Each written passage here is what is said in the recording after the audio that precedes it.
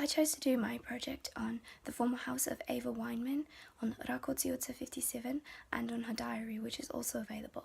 I chose both her house and diary for my memorial because it is very rare to have access to a documented personal experience and to be able to see where it was recorded. These are examples of historical place and space. To be able to compare them side by side not only adds depth to the historical experience, but also allows us to visualize exactly what took place during the Holocaust. It also adds memory and gives women a voice in the Holocaust, which is something that is often washed over. Éva began writing in her diary on the 10th of October 1941, shortly after her 13th birthday. She shared a two-bedroom home with both of her parents, her aunt, and eventually several other Jews who were not related to her.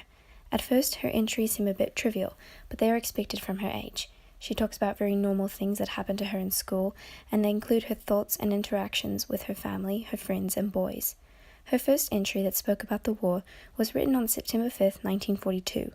Here she writes that though it has been 3 years since Hitler's war began, this is her first real experience with it.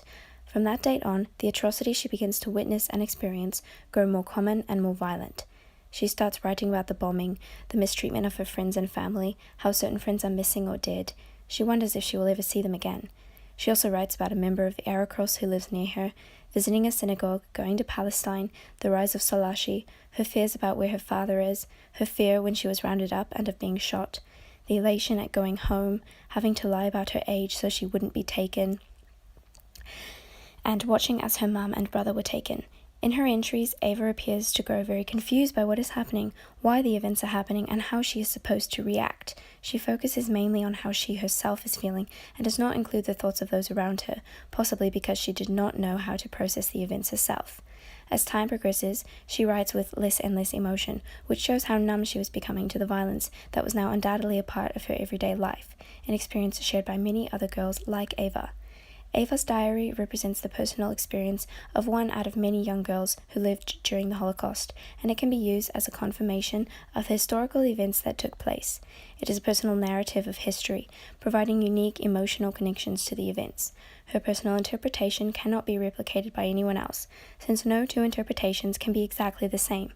The ability to visit Éva's house brings her diary to life in a certain sense. It can paint a better picture, which is important in correctly memorializing Éva as an individual. Her diary quickly turns the ordinary house on Rakotsiut into a memorial, as her diary is an example of an unmediated memory. Her writing happened while she was living, and her thoughts are unaffected by post-Holocaust life. In the article written by Hussein, he emphasizes the importance of memorial spaces and how they help construct and nurture the collective memory of the Shoah. This is important with Éva's diary, as history often generalizes that memory. Éva's diary, however, is personal. She offers a window into what life in Budapest during the Holocaust was truly like.